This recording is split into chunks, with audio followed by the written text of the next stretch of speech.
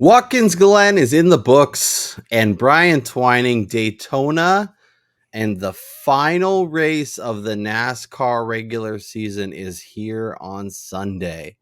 We are actually Saturday night, obviously recording this a little bit early, with the race being on Saturday night. So we will be recording our normal race preview after everything, probably Friday night. So make sure that you are subscribed, which 75% of the viewers from our last episode are not subscribed. If you are watching our shows and enjoying our content at all, please consider hitting subscribe. It costs you nothing. It does a lot for us. If we got those 75%, we would reach our 1,000 subscriber mark, and we will definitely have a giveaway once we get there. But before we get into everything, we got to do what we always do. Ross Chastain used the wall all the way around this racetrack. Logano has been the class of the field. Check out the big brain on grass. Yeah, I need to change my underwear. Brian Twining, Watkins Glen is in the books. We talked about him all week. We never added him to the card. We never got any action down, despite being 30-1 at points, maybe even a little bit longer if you got lucky. William Byron, loved him the week before. Obviously got with the issue on failing inspection, got thrown to the back, never really had a chance. Yep. Did we listen to ourselves and go right back to him? No, we didn't. We talked about him all week. Hopefully some of you picked up on that and made some money, because we don't apparently like hitting 30-1 outrights or even 20-something to 1 outrights. But nonetheless, here we are back from Vegas. How was your week? How is your mentality as we head to Vegas or head to Daytona and all that good stuff? Well, I will say I actually did have a little action down on both William Byron and Denny Hamlin. Oh, that's right.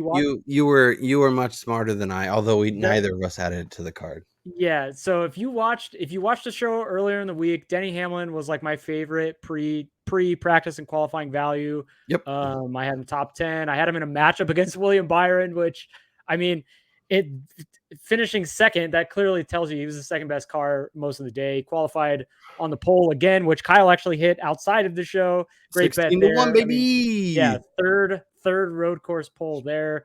But yes, in Vegas, I did grab him 22-1 at BetMGM, William Byron, that is.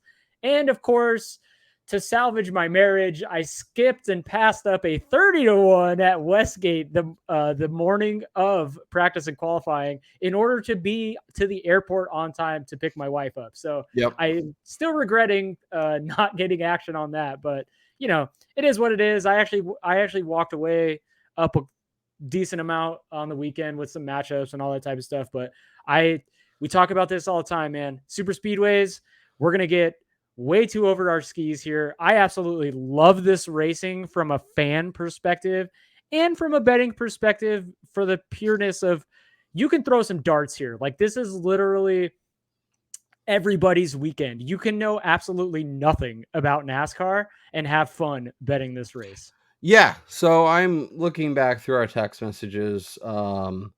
You were trying to sell me on Tyler Reddick for a couple of days. You kept going back to that.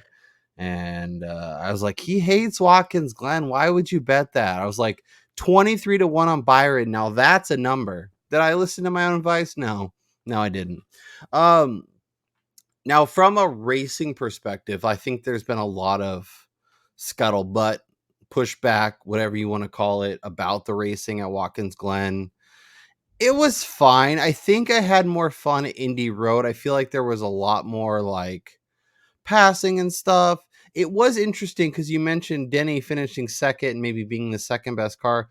I'm not really sure he was like, I think he was like, Wormy even talked about it in the pre-race poll. He's probably closer to a top 5 car, but I think he was smart and was able to kind of hold up the field. I think that's why Byron cruised to a win and was so far in front of everybody. But like once people got around Byron, they were able to pull away. Or I mean around Hamlin. Denny. But Hamlin was like a vet, like getting in front of people, keeping him behind people, and slowing him down. That's why I thought, someone might have a chance, but no one really got a legit chance outside of Kyle Larson, who added some exposure to over the weekend. Felt really good about the speed he was picking up. He was moving through the field, and of course has an issue, gets out of the paint, and never really has a chance to make a noise. Yeah, so I mean, we talk about this all the time. Like it wasn't on my betting card, but over the weekend, one of my favorite things that came about was his top 5 number over at Stations Casinos in Vegas. You can actually bet over under finishing positions, and they had the best number on a top 5 for a Larson. It was like plus 125 if you bet under, and that looked like it was a sure thing, surefire bet. Like he was probably a top 3, top 4 car. Yeah, I think he was a better car than Denny, even though he didn't get a chance to finish there. Yeah, and going back to the whole racing, what we saw on track, like, yeah, I could see people complaining, like, there really wasn't a lot of passing. It was kind of difficult once you got up behind somebody. But the one thing I will say is it's nice to see the guys who are the best cars that weekend, the fastest, actually winning the races and not just having bullshit take somebody's win when they should be winning because they're in the equipment that weekend that should find victory lane. Yeah, it was frustrating. Obviously, McDriver looked like a rocket ship in the beginning, and then had his issues in the pits and had to go. What a weekend for past him. the round, and then obviously had issues. Our average ass Chase Elliott ran out of gas. You really hate to see it. Oh, it was major rough. How do you do the math thinking you have 3 more laps? And it's not like Richmond or Bristol or something where 3 laps really isn't that long. 3 laps at Watkins Glen is massive. Yeah, it's like 7 miles, I think. Your math was off by that much? Like, did you forget to carry something, or like I don't know. That was mind-boggling. Like, I don't even know why they would risk that at that point, knowing that they were getting that close on fuel. And they like, had a good car too. One lap short.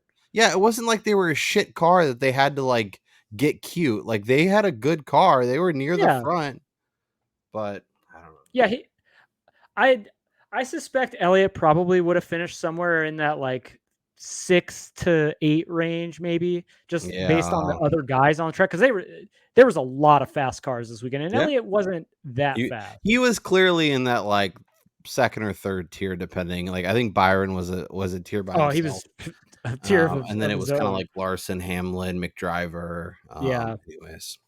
And I think McDriver obviously got the benefit of being able to do his pass through while the cars were moving and then get around. Where Kyle Larson got screwed is a caution came out and he had to go all the way to the back. And that dude was trying. He was pushing hard to get through it, but it wasn't happening. So obviously Larson starting 5th, finishing 26 isn't great. He did have 12 fastest laps. I think it would have been a much better day if he didn't have to deal with that. Austin Cindric was very frustrating. Told you. Yeah, you did. I don't listen to you all the time, but I probably should have. Alex Bowman the showman, more like Bowman the slowman. He was underwhelming for sure.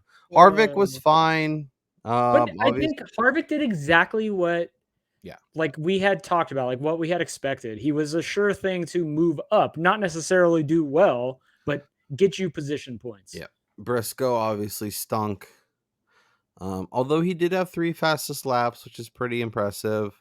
And then Eric Jones, just not the weekend. And then over here, so Buescher 13 up to 7, another top 10 for Chris Busch. Obviously having Byron was nice. Cindric stunk, Bowman stunk, Harvick. And then Brad K 24th to 15th, 9 fastest laps. It was okay weekend on DraftKings. I don't know. I've done better. It was kind of nice to not even have to stress it because in Vegas, obviously, they don't have DFS. Yeah. And then over on the betting card, we can talk about a few things. There was a couple late ads. Byron Top Chevy at 3-1 was a late ad. We do tweet these out when we add them. So if you are on Twitter or X or whatever you want to call it, I still go to twitter.com to get my tweets. So I'm going to call it Twitter until that changes. Added a Larson outright at 650. We talked about that. And Wormy brought it up on the pre-race poll too. Like Larson did a lot of things and his number really didn't move. And I think I still, I don't want to like results obviously matter. And at the end of the day, if your bankroll is gone, then you had a bad week. But Larson was a really good car. I think he was a very good bet at plus 650.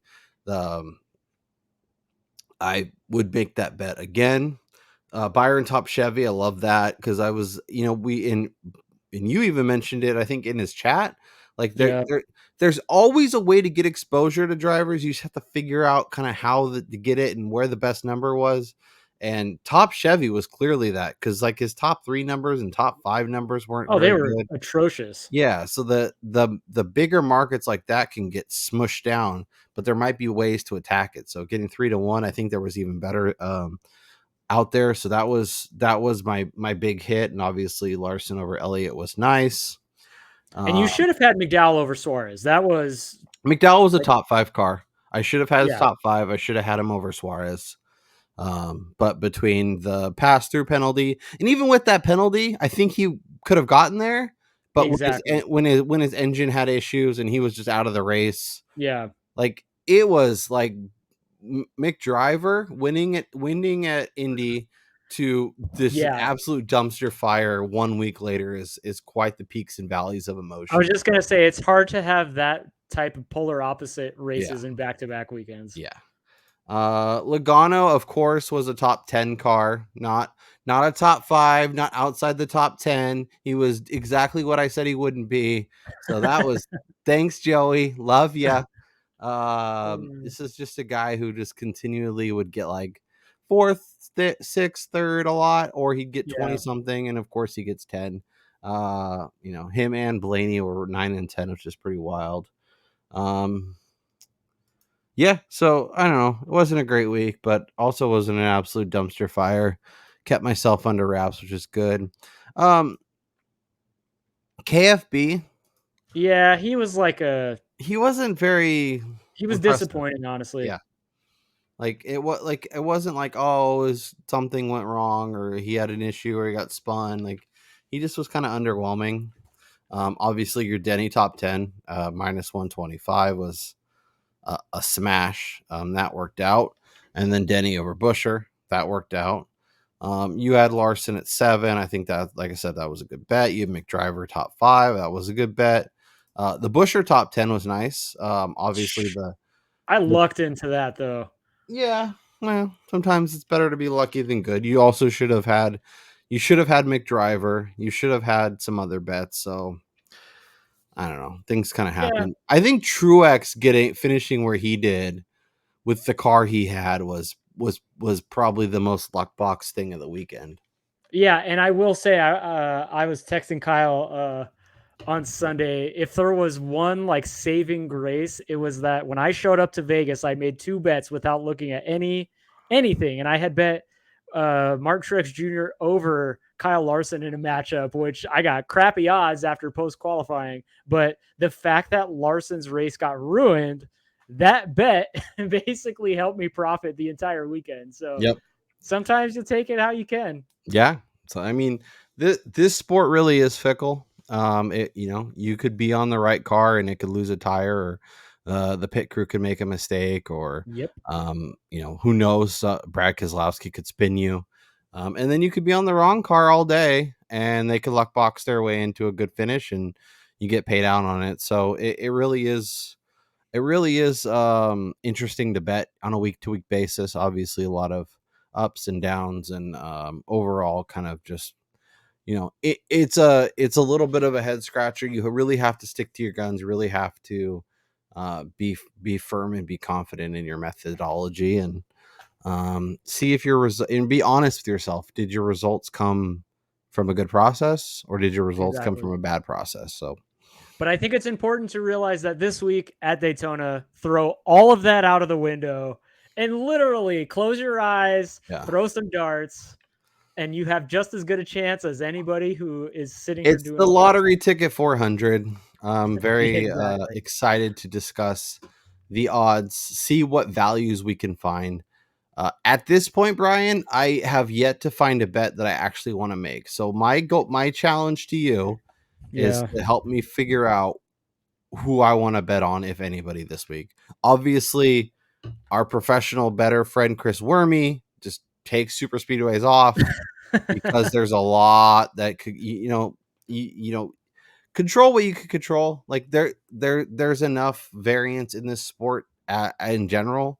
Like this week, it just multiplies by 1,000. Now, that being said, if you want to grab a few lottery tickets, put $10 on all of them and see where you get, this is a great place to do that. There's a lot of opportunity for shenanigans and for wildness and all that stuff. But if you're like trying to like bet top tens and matchups, and if you're gonna bet stuff, make sure you get paid out. In my opinion, if you want to, I mean, I'm not telling you what to bet. Go nuts, bet whatever you want. But for me, for super speedways, if I'm making a bet, I want a legitimate payout. I don't want minus 110 or minus 105. I think that's like the biggest thing for me at super speedways is I almost always skip over any negative money lines or even the favorites in terms of the board. Like it's just so hard to lay money on guys that probably have the same chance as somebody who's 25 or 30 to 1. That being said, there are 4 drivers that really stand out to me as awesome opportunities this week, or not, I don't want to say opportunities. If I'm doing my pick to win, there's 4 names. Unfortunately, 3 of them are pretty much the top of the board, so it's gonna be hard to bet them. But I think one of Ryan Blaney, Joey Logano, Brad Keselowski, or Chris Buescher win the race. That being said, let's run through the odds. Let's talk about where the potential value is, and let's see if we can end up on a bet or two. Chase Elliott, 11 to 1, because obviously Chase Elliott at super speedways, right? This is an interesting bet.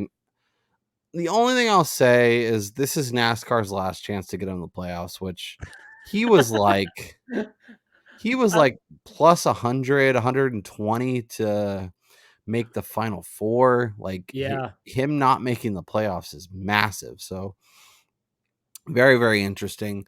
We will be talking all things playoff next week on we're recording Tuesday, so a week from today.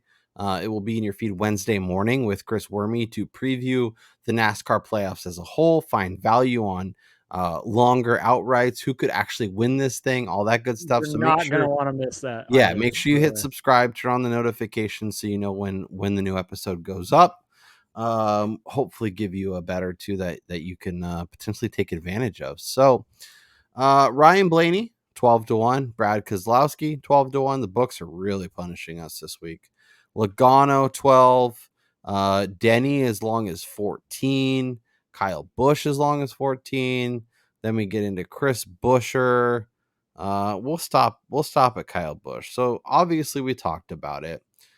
Don't love betting at the top of the board as super speedway, but I guess if would you bet any of these names, Brian? And if not, if you had to pick 1 or 2 guys from this group, who's the most interesting to you at their current prices? There's 2 ways that I would look at this. It's clear if I'm gonna bet at this price, if I had to pick one, I'm gonna pick probably the guy I like the most, and that's Ryan Blaney.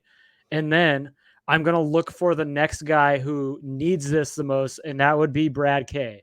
As much as it hurts me to say it, like he is also a really good super speedway racer. We've seen RFK look incredible at these types of tracks.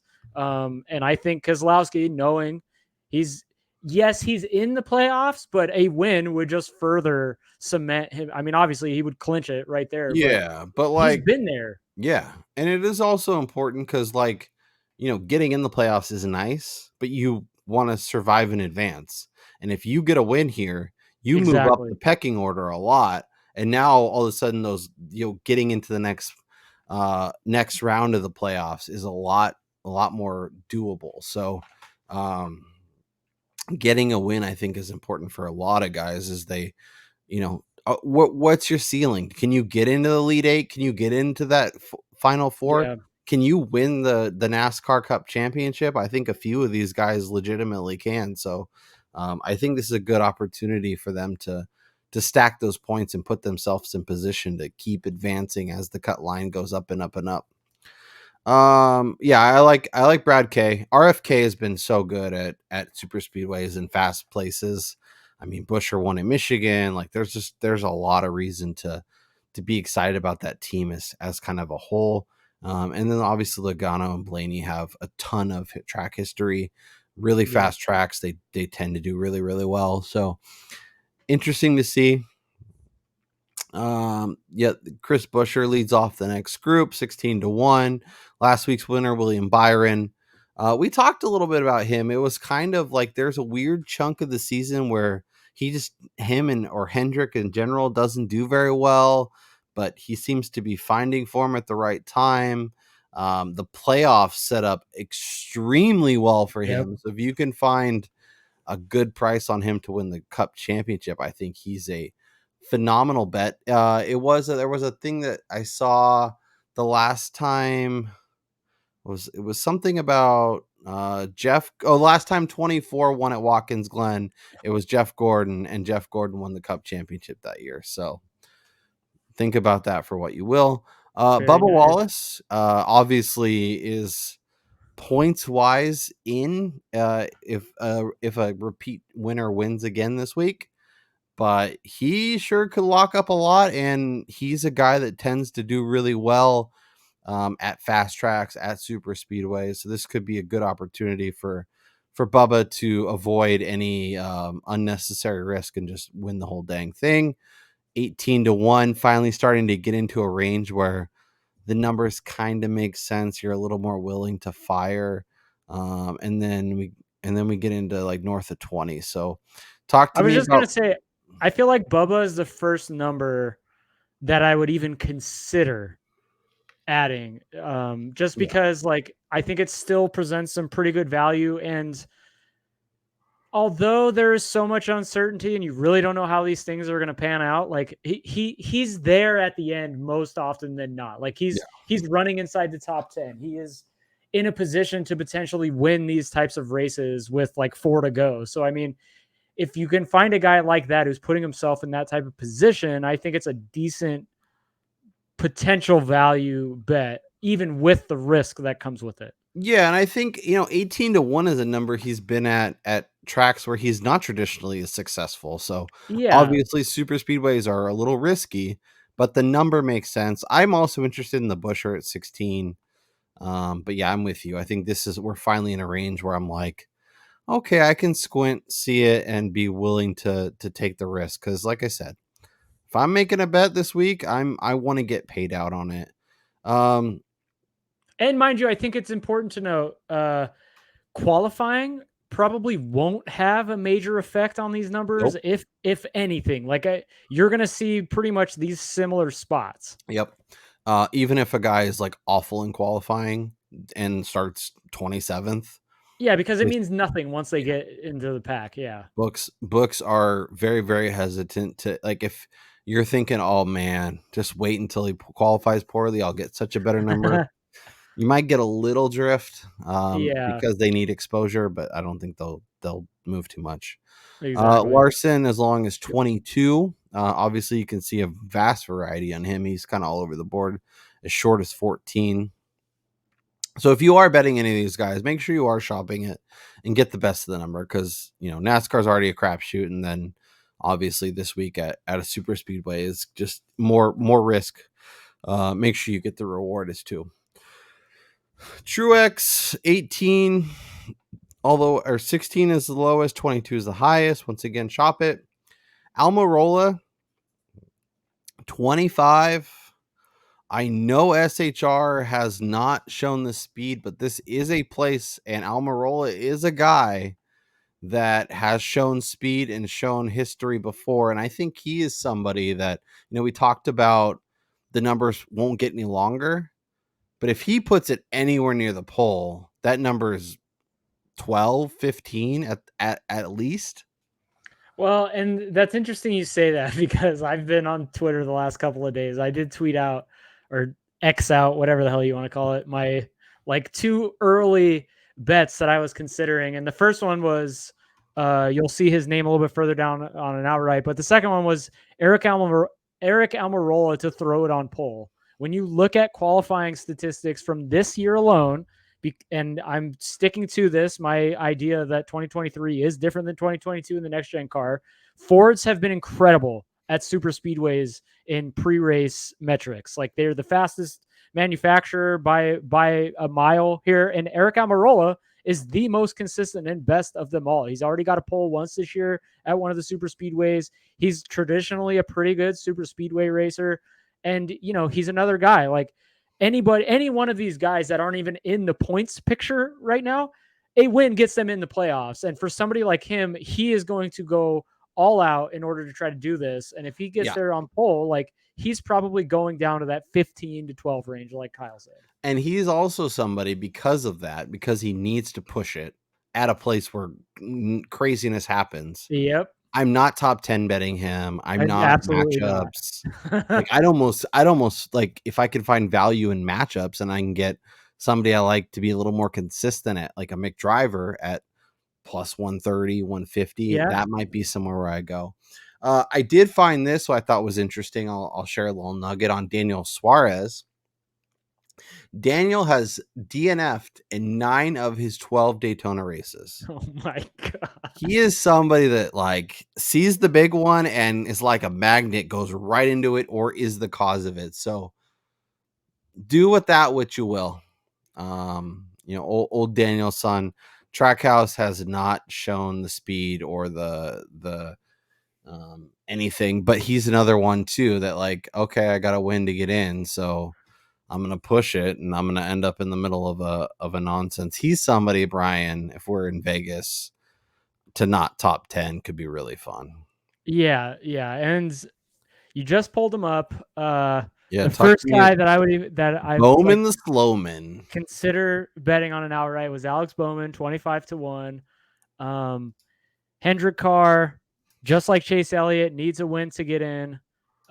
He's decent at super speedway races. Look, anybody in this range, I mean, outside of Daniel Suarez, just because of his DNFs, but like when you start to get in this range, I think there's a lot of interesting names. And I do even think that if you like Ryan Blaney and Joey Logano, for instance, just pass them up. Take that, whatever you're going to bet, cut it in half, put it on Austin Cindric and save yourself some money and go a little bit at another dart throw, because Cindric himself has been really good at super speedways since becoming a full-time Cup driver, considering his only damn win was a Daytona 500 last year. So these two guys right here are on my short list of potential outright bets. Yeah, I think this is where the fun starts. It's really funny too to look at driver rating for these races. Normally it's pretty like if you have a good driver rating, you're usually finishing near the front. But like, for example, the February race, Brad Keselowski has the second best driver rating, finished 22nd. Almirola has the fourth best, finished 21st. Cindric has the fifth, he was 23rd. Denny was 6th, has finished 17th, and Larson was 7th, finished 18th. So you could have an amazing day. You could be doing everything right. You could be cruising through stage 2, be second or third or fourth, and be right in the mix. And then unfortunately, you're right in the mix and you're out the paint and you finish 22nd. And you're wondering what happened. I think that's especially highlighted when you look back at like the recent summer Daytona races who have won. Austin Dillon, okay, and then the previous two to that, Ryan Blaney and William Byron, but then you got Justin Haley, Eric Jones, and Ricky Stenhouse Jr. all in the summer / beginning fall Daytona races. So I mean, this is not a spot where it's the who's who are taking home the victories. It's literally anybody's race. Yeah. And even if you're having like once again 22 August, like it's not exclusive to the Super Bowl. Like 25th was Denny Hamlin, despite having the second best driver rating. Chase was 4th. Harvick was 5th. They both 29th and 20th respectively. Eric Jones and Alex Bowman 17 and 14. Like you don't have to have a good day. Exactly. You just have to be there when it matters most. Ricky Spinouts was awful until he was there, and Austin Dillon was fine. He was 10th after stage 2 and somehow pulled out a win. The other thing I'll point out, and to our point we were talking about earlier, Brian, hold on one sec. Stenhouse started 31st and to win the race. Dinger started 29th, finished 6th. Suarez started 24th and finished 7th. So, like, once again, don't worry about, like, obviously you want your guy to show speed in practice and in qualifying. Austin Dillon started 21st and won in August of 22. Landon Castle, Noah Gragson, Cody Ware, and BJ McLeod were 4th, 5th, 6th, and 7th in the fall race last year. So that tells you the madness and the craziness. Like, you can never bet BJ McLeod, but you know what? If you want to find a top 10 or a top 5 on him, might be a time. You never know. The madness happens at the right spot and you get paid out on it. 16, 20, we'll have to look at what those are. But yes, and NASCAR made the right move from an entertainment standpoint, putting Daytona as the final regular season race, especially in a situation like we got this weekend where it's basically one more spot is on the line here, because you are going to get the ultimate type of entertainment of guys pushing past the limits, guys making moves that they probably wouldn't normally make in order to put themselves in position to win this race. So, I mean,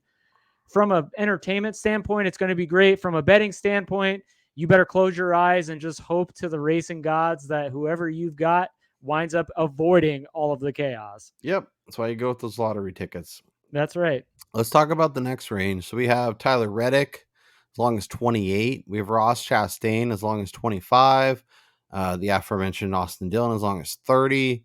Chris Bell, 25 as long as 28. Ricky Spenouts as long as 30. Ty Gibbs as long as 30. Harvick, McDriver, Eric Jones. Like, there's just a bunch of guys that the bookmakers are just like, I don't know. They're all the same. This is going to be crazy. We're not going to get it. We're not going to get overexposed by, although, was it Caesars put out a 45 on McDriver and a 35 on Dillon? Like, there was some decent numbers that opened, but those are all gone now. So yeah. The McDowell number that opened at that 45, I would have smashed that if I could have. So of all these guys, winner. yeah. So of all these guys that are kind of in that like 30-ish range from, I mean, we can go from basically, Reddick all the way down to Kevin Harvick. Is there like a name that's really compelling? Anybody you want to pound the table for as a value and an interesting option? Well, I mean, Austin Dillon is always a guy who he did it the last fall. Like, it's chaos. So it's literally he's good at Daytona, especially, but he's also just good at super speedways. And he's another guy. He needs a win to get into the playoffs. He's had a decent car the last couple of weeks. He was running good last week at Watkins Glen too. Like, they're seemingly finding speed during races at tracks where he's not normally good at. And now they're coming into a race where he is good historically. So I don't mind the 30-1 at BetRivers. And then, like, I think Christopher Bell is somebody who could pop. Like, we've talked about him every single week. He's kind of like that 4th or 5th place car. And at Daytona, you don't even have to be a top 10 car and you can win the race. So, like, Bell is actually the person I was looking up, mostly because Wormy's not betting this week, and I think it would be hilarious for him to get his win after Wormy's literally bet him every single week. I thought he was going to get the win last week when Wormy finally jumped off, but he obviously didn't do that. But trying to find his recent form, because I feel like he's definitely competitive. Like, he was 8th at Dega, he was 3rd at Daytona this year. These are both impressive finishes. He led 20 laps at Daytona in the February. But he's kind of all over the board. He's got a 5th at Dega in 21. Obviously, the car has changed, so I think that's the most compelling number at 28, and I think that's going to be my first outright. Yeah, I actually don't hate that. I'm kind of interested about Chastain here because he won Talladega. Was that last year? Mm-hmm. I mean, clearly he's won a super speedway race. He's been kind of just there every week. Like he's just showing up. He's not doing anything. Like this would be the perfect timing for him to just pop, go into the playoffs off of victory, and go back to all those 1.5s where he was incredible at early in the season, and then for him to go on a big old run for the playoffs. Yeah, I don't hate that. Obviously got his win at Nashville. Trackhouse has been wild to me. I can't figure out what to do with them, so I'm probably gonna stay away, but I understand the logic and would not fault anyone who went on him, because you would rather bet him than Suarez, especially at their numbers, right? Oh yeah, for sure. Yeah, that to me makes sense. Obviously, I don't see Recchi winning 2 Daytonas in 1 year, but yeah, I guess anything is possible. What about Why wouldn't it happen though the year that everybody gets off him? Yeah. Well, everyone got off him in February, and that's the year he won. Well, that's what I'm saying. Like, think everybody is now in the same mindset. There's no effing way this dude's winning again. That's true. So why not? What about Gibbs? He's obviously found much better form lately. He's been a rocket ship in a couple races. Obviously, not super speedway, so you can't say everything's the same. But yeah, and he's a guy that needs a win too. He needs a win. He's been quick. He's probably one of the most deserving non-playoff drivers at this point, for the course of his season. So I don't know. But you don't think somebody would intentionally take him out to win the race? Yeah. Like that's, I don't know. I just feel like he's in a position as a rookie that if he's battling a Brad Keselowski, for instance, and he's in the lead coming out of turn 3 or turn 4, coming to the start finish line, Keselowski's doing something to win the race. He is wrecking Ty Gibbs. I can guarantee that. Yeah, no, you're not wrong. You're not wrong. Like there's no way. Any interest in Eric Jones? I don't know. Not really. Yeah. I guess let's put it this way. You are making 2 bets in the, obviously you don't have to add them to your card, but if I tasked you with adding 2 bets to your card, from, you can add Reddick, who's as long as 28, all the way down to, probably Briscoe, 35. Who's number 1, who's number 2 most interesting to you from that range? So from a value standpoint, from a number standpoint, I think number 1 would be Austin Dillon at 30-1 at BetMGM. Okay. And then close second is Cindric and Bowman, but because I liked Bowman coming the beginning of the week, I'll take that 25-1 number. Yeah, I think that's fair. I think obviously Chris Bell's my number 1. I put him on the card for a reason. McDowell at 35 is interesting just because it's not obviously not a massive difference, but between 28 and 35, I think is pretty sizable, especially if I think they're relatively close. I like the Dillon call, especially if you can get that 30. I don't want it. I'm not betting him at 20 or 22. I think 25 would be. It's close. Yeah. You're betting Bowman at 25 over Reddick, Chastain, and Dillon at 25, right? Well, so I got both Dillon and Bowman. Because Dillon's 30. Yeah, well, yeah, obviously. Oh, yeah. You know what I'm saying? Yeah, no, I'm taking Bowman at 25 over Dillon at 25, yeah. That's what I'm saying, yeah. Because if they're all at 25, how would you? That's yeah. Cindric's kind of interesting, too.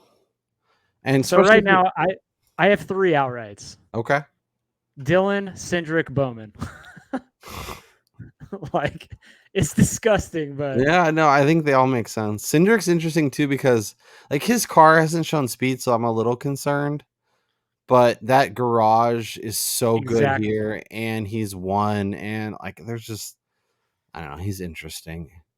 I know it's probably dumb, but like when I expect like Hendrick or JGR or Penske to do really well, and I can like one of their drivers is not priced accordingly, I always think it's kind of interesting. Like last week we had Larson and Elliott obviously priced way, way high, and then all of a sudden William and Byron, Byron who's been was way incredible, down, yeah. at a massive number, and it's like that doesn't make sense. So obviously Cindric hasn't been what William Byron's been this year, so it's a little bit different, but I digress. If you want to talk lottery tickets, like now we're getting into lottery tickets range. Can convince me not to put Corey LaJoie at 50 to 1 on my card. He wrecks every single Like I said, races. convince me that he's not the bet at 50 to 1. We've done it before. That's the thing, is like we do this every single super speedway. And he did good at Fast Atlanta. Where are you at, Corey LaJoie? I will say, so to me, like the new Atlanta, I don't think it races as much like a super speedway. Yeah, it's as what they probably had at closer to Daytona. Michigan than it is to a super speedway. Yeah, because there's not a lot of movement in the lines, you know? Yeah, no, you're probably right. Look, I would almost rather get Josh Berry at 65 than Yeah. bet Corey LaJoie at 50. What's he driving this week? Do you know? He's driving the 42, I believe. Okay. Oh, the Gregson Mobile. Yeah. Yeah, so LaJoie was 15th at Michigan. He was 31st at Atlanta. He was 25th at Dega. He was 16th at Daytona. Yeah, no, I can't do that. Not at 50 to 1. I'd rather do Justin Haley, I think. That's what I'm saying. Like, there are certain guys who they're just not able to avoid the wreckage. Yeah. You know? Yeah. Just I don't know. We tried to get excited about him, but yeah, because Haley. Like, if I was gonna continue going down the board, I would just almost rather skip all those guys and just put like a penny on BJ McLeod at 1,000 to 1 or whatever it is. Like, just ultimate chaos. What? That may be the quote of the century. I'm just gonna put a penny on BJ McLeod. Maybe stacking pennies, unlike Corey. Dude, could you imagine if BJ McLeod won? I mean, no, but I didn't think he would get a top 10 either. So exactly. I think I'd rather do I'd do Ty Dillon over BJ McLeod. Yeah, Dylan is a guy who, over in his past, like he's a good super speedway racer. These three guys are all interesting. I just don't know that they're gonna be in cars that like. Yeah, like if they can even. Austin Hill is a great speedway racer. Will their cars be enough? Like, I think these guys would all be fun, like top 5, top 10 bets. I think you can get good numbers on all of them. But if you want lottery tickets, I think Austin Hill if you can get 80 to 1 or better is good. Like, would you rather bet Josh Berry at 65 or Austin Hill at 80? Honestly, because of the equipment, I'd probably go Berry. Haley at 60 to 1 when he's like 40 or 50 is kind of interesting too. Okay. Let's head over to Caesars. Let's look at the top 10 market, because normally the top 10 market is shit, but this week, although what are we doing? Normally these are even lower. Let's see what kind of, oh man, they are giving us the business this week. Yeah. When you have BJ McLeod at plus 650 to top 10, like, you're not going to be taking on much money. Yeah, the books don't want to take on any exposure this week. Well, it's because they know what this type of racing, like anybody. Oh, you can get 10-1 at BetRivers on BJ. It's not bad. Barstool only has top threes. Shouts to Barstool. Yeah, there is not a bunch of value here. Let's see. What are the... Let me go back here and go to top 10 market and see if we can't find better numbers. Oh, it looks like nothing. So that's cool. Oh, Caesars has a prop race to go to overtime. Yes, at -110. I'd like to see what the no action is, but I'm gonna bet yes. Yeah, I think that's a good I'm bet. gonna add it.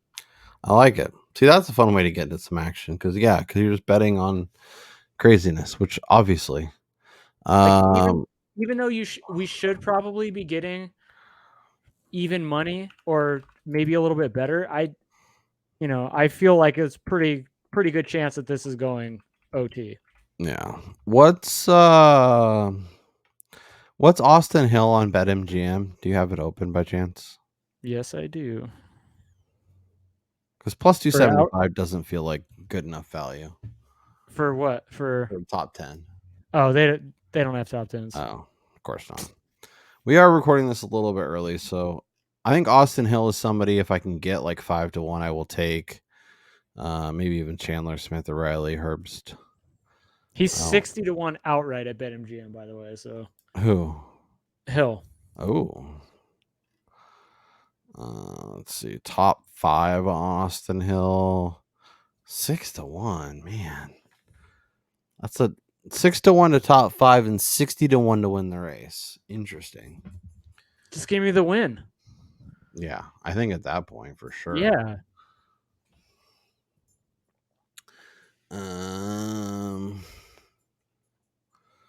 McDriver top 5 at 4-1. Jesus.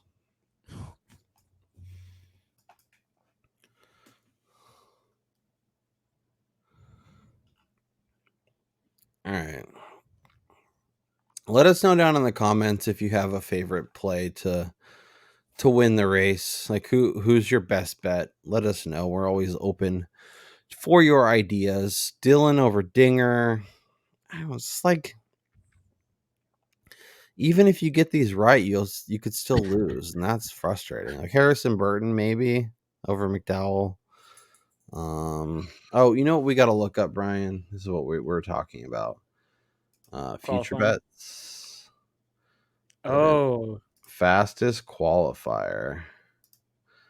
Larson, Byron, Bowman, Logano at 8-1. Almirola, we talked about him. He's been crazy fast, always qualifies well, but like 8.5-1. Yeah, that's Blaney at 9 is kind of interesting. Buescher at 10. Buescher's been really fast. Buescher and Brad at 10-1 each is kind of fun. I could finagle that for sure. I was just gonna say, let's look at the qualifying order. Yeah, so at the super speedways, Ford was the best. Okay. At Daytona, at the Daytona 500 this year, Bowman put it on pole, which was actually expected, and then Larson actually qualified second. But then you had Logano, Almirola, Christopher Bell, and then both other Penske cars, Cindric and Ryan Blaney, put it inside the top 7. Question: would you rather bet Almirola at 8.5 or Buescher or Brad K at 10-1 to put it on pole? Oh, Buescher or Brad K for sure. Okay. Give me the value. I'm a value better. Value hound. Which is the reason why I think there's some potential with an Austin Cindric 18-1. Yeah, I like that. Now we're cooking with gas. I added Brad and Buescher at 10-1 to put it on the pole for a half a unit. I think this is a great week to do that because it's not going to happen. they're not going to run into each other and cause the big one while they're qualifying. That's a good point. What do we make of Tyler Reddick? Obviously not a traditional super speedway guy, but has shown speed, is a guy that's really interesting. I feel like there's a reason to get exposure to him this week. I just can't.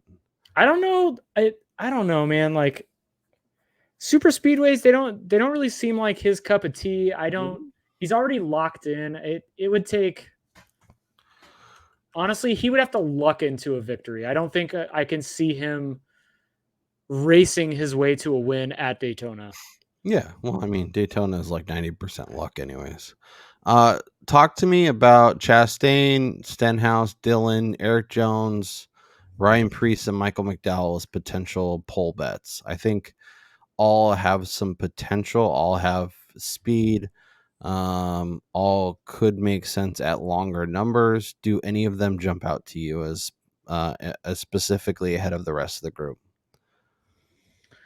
I mean, of the group, like, are you interested in Austin Dillon as somebody who wants to bet Austin Dillon outright? Not on the pole, no. Okay. Yeah. Chastain, maybe Chastain, but we haven't seen. He's not traditionally a good qualifier. That's true. And Trackhouse hasn't been fast at fast tracks of that late. Is also true. Yeah. Any interest in a wild card? Riley Herbst is 66 for some reason. I think Dillon, he's driving the 36, like the third front row car. Oh, that's not ideal. Brace to go to overtime, -110. The other thing that could be fun this week as we kind of scrape the barrel for potential bets, we go to manufacturer. So we have Top Chevy, Chase, Kyle Busch, Byron, Larson, Alex Bowman at 8.5 to be the fastest. Ooh, I like that. Fastest Chevy, I think, is nice. Austin Dillon at 12-1 to be the fastest Chevy, I think, is nice. I think both those make sense. Yeah, those really aren't that bad because it's just because those other guys are better drivers. Yeah. I'm adding Austin Dillon. Oh, God, I don't want to do it, but I almost want to do it. I don't want to do it, but I almost want to do it. Top Ford, Austin Cindric, plus 850. Now we're cooking with gas. Let's see. How the hell did I get on Austin Cindric? I don't know, but here we are, and I'm very happy to have it. Good Lord. Chris Bell as top Toyota at 550, I think is nice. See, I told you I wasn't going to bet anything, and here we are with potentially 3 race bets and 2 pole bets. Yeah, I don't know if I'm going to add anymore. All right, let me add this one, and we'll get out of here. I'm adding top Toyota. Bell at 550. All right, let me put this in. Once again, we're not betting a lot. We are not trying to get overexposed this week, but we are going to have some fun and take some long shots to potentially win. So I have Christopher Bell as my only outright. I will probably add 1 or 2 more. Very little investment, big payouts. That's what I want. I added Christopher Bell top Toyota at plus 550. I like that. Austin Dillon to top Chevy at 12-1. I like that. And then I added 2 pole bets, the RFK boys, Brad K and Chris Buescher, 10-1, each at a half a unit. Brian, break down your card. So I got 3 outrights, all 25-1 or longer. Austin Dillon, Austin Cindric, and Alex Bowman. We're going with the AAA club this weekend.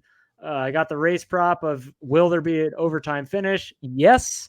And I have 1 pole bet, and that's Austin Cindric at 18-1, all for a grand total of 2 units so far. Mr. Big Spender. Yeah. That being said, do you have a best bet as we sit here? Like, if you had to pick one, do you have one that stands out above the rest?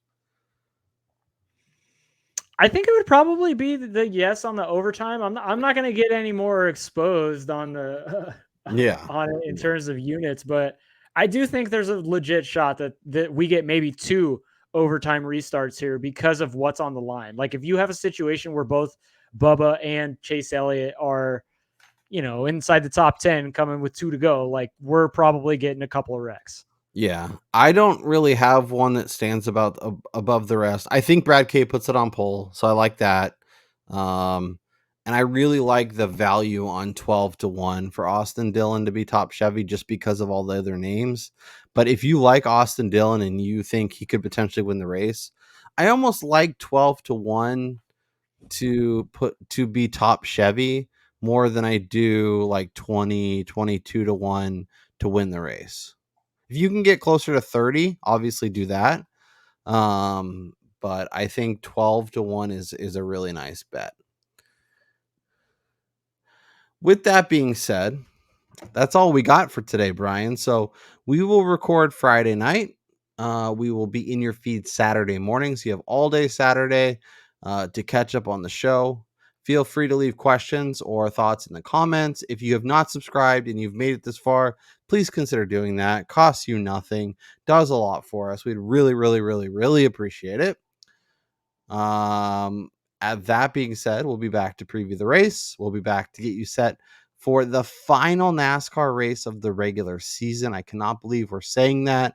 I remember talking back in February about how excited we were for the season, about how Chase Briscoe could win the Cup, about all this stuff. And then here we are heading into the final Daytona of 2023 for Brian. Add a Briscoe outright just in case. What's that? Maybe I should add a Briscoe outright just in case. As people who have a season-long bet and over 0.5 and some other stuff, I'd love to see it. I don't expect it, but if SHR has speed, Briscoe could be the guy. Yep. Maybe we should find some way to get a little exposure to him. For Brian Twining, I'm Kyle Robert. Enjoy the rest of your week, and we'll talk to you next time.